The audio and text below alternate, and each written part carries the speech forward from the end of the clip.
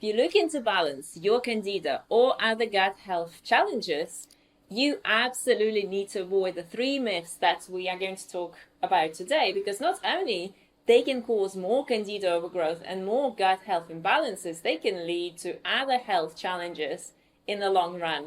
So what are those 3 myths? Well, let's explore it in our video today. Hi, it's Paul and Yulia Tarp here, nutritionist and lifestyle coaches at Rawsome Healthy, helping you create a healthy gut, healthy hormones and the body of your dreams naturally. Before we get going with our video today, remember to subscribe to the channel and hit the bell to always stay up to date with our latest videos.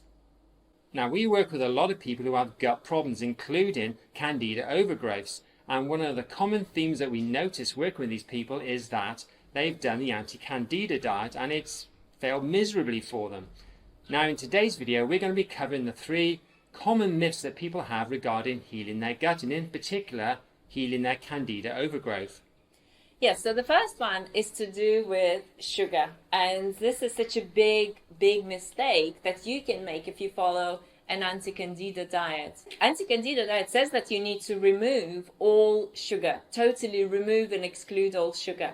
And while it is true, you should remove processed sugar, so if you consume in white sugar, or even if you consume in concentrated forms of sugar like syrups and dried fruit, you should remove that type of sugar because it can aggravate your candida.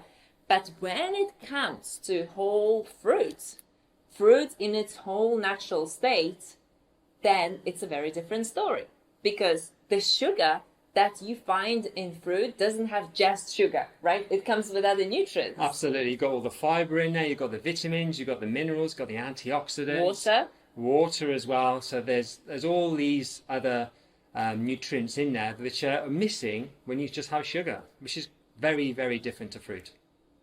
Okay, so we have a question for you. Have you ever tried an anti-candida diet to balance your candida or other gut health imbalances? And how did it work for you? Let us know in the comment section below.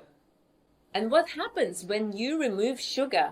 You remove carbohydrates from your diet. And when you remove carbohydrates from your diet, you start to feel that you have cravings, and sometimes the cravings get so severe that you get binges. And I had candida. I restored candida overgrowth in just 3 days on a fruit-based diet, eating all the fruit that I care for after years on an anti-candida diet. So I talk from my personal experience, not only the experience of our clients as well. And the amazing thing about it is that when you include carbohydrates in your diet, healthy whole carbohydrates, and specifically fruit, juicy fruit, not talking about dried fruit, but specific fruit into your diet, you can start to feel more energy. You can start to feel better in yourself. You can start to feel more confident in your body. You can start to exercise and move around, and your mood improves. And instead of you feeling depressed and weak, and you're struggling to function, and you have cravings, you feel a much more empowered state. In that state, you're able to make healthier choices. You are able to do the things that you need to do in your life. So it's a night and day difference between an anti-candida diet and actually basing your diet on healthy whole fruits that are there to help you restore your gut health.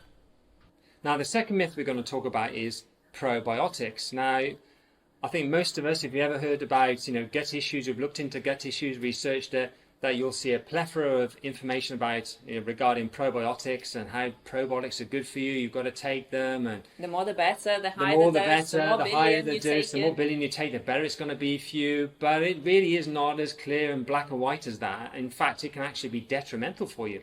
So there have been studies, and there was one particular study where they looked at probiotics, for example, and they found that invariably some of them are actually dead. So when you actually take them, you buy them, they get transported to your house, you buy them, you get transported to your house, you take them, but they're already dead. So there's no actual live bacteria in there, so they don't do anything for you.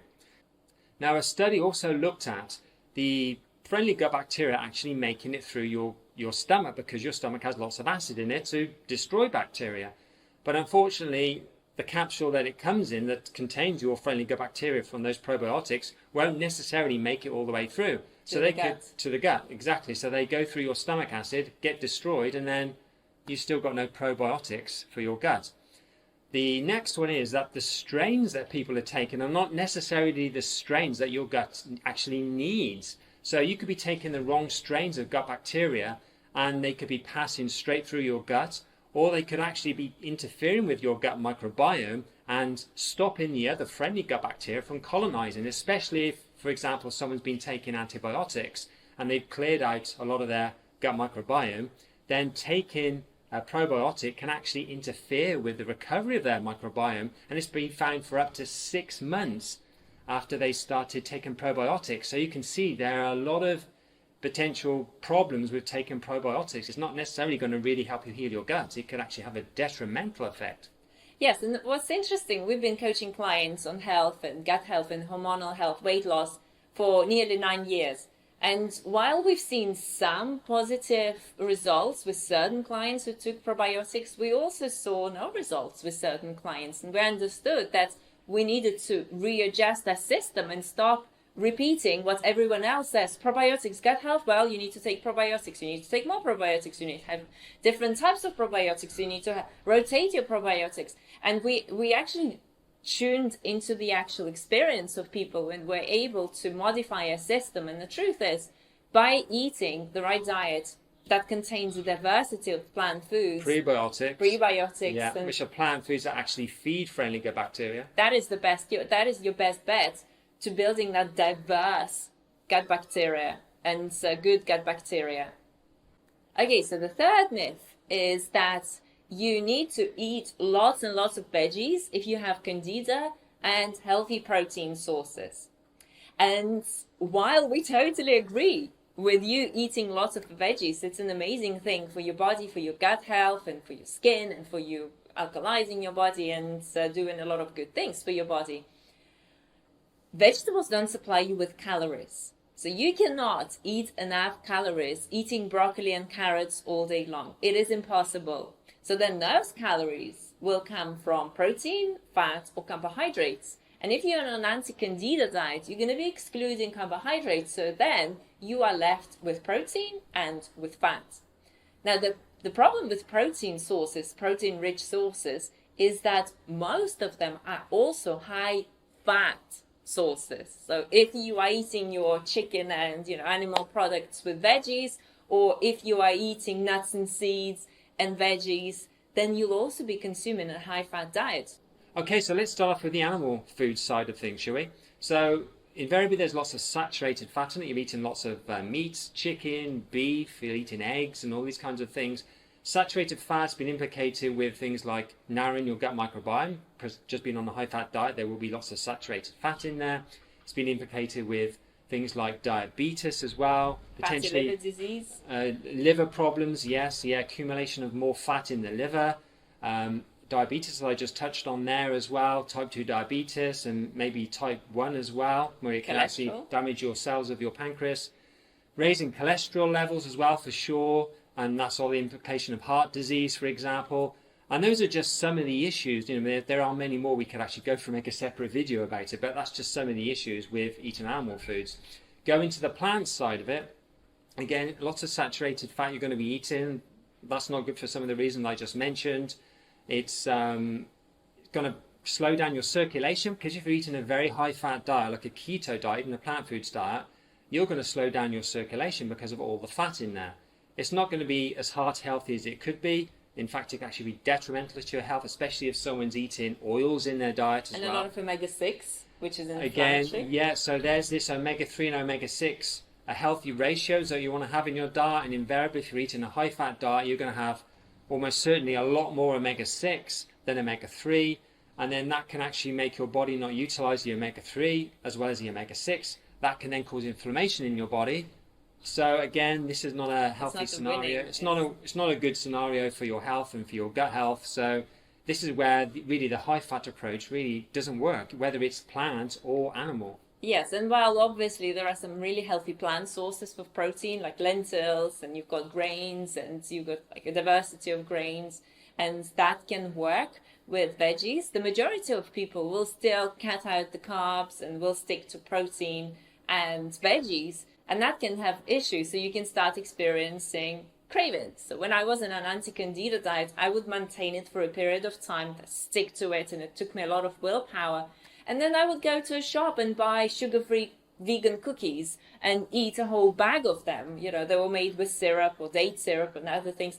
And that would make me feel bloated, obviously. I just could not stop eating. I was that hungry for sugar. And I thought that, well, it's better than me eating fruit, you know? And there's no logic in that whatsoever because you're so afraid of eating fruit. So the bottom line is this. You have to turn your health around. And for you to turn your health around, it takes more than just that dangerous anti-candida diet. In fact, we don't want you to follow an anti-candida diet. We've worked with hundreds and hundreds of our clients, and they all failed long term. Long term, they all had big health problems they came to us with. So instead, create a sustainable approach. So it's going to be lots of healthy plant foods. It's going to be plenty of carbohydrates, healthy whole carbohydrates, with low fat, reducing your fat, and eating healthy amounts of protein and vegetables, and being able to restore your gut. So it might take more than a diet for you to restore your gut. You might need to follow a specific gut protocol that is going to help your specific health situation. But from my experience, the majority of our clients will restore their candida issues despite years of struggle in a matter of days or just a few weeks, and they'll be symptom-free by the end of our 8-week program. So it is a profound transformation that you can make as well when you put the right system in place. And if you're looking for that right system, we would love to invite you to a free online masterclass that we've put together especially for you. And we will explain the 5 steps our clients take to restore their gut imbalances, restore their hormonal issues, and drop weight or balance their weight completely naturally. So the link for that is rossomhealthy.com/webinar. Go and grab your spot there. Thank you so much for tuning in and watching this video. And we're going to link this video to another video where one of our clients, Tina, will share her story of restoring candida, losing weight, turning her health around, and balancing her hormones, all in just a very short space of time. We'll see you there.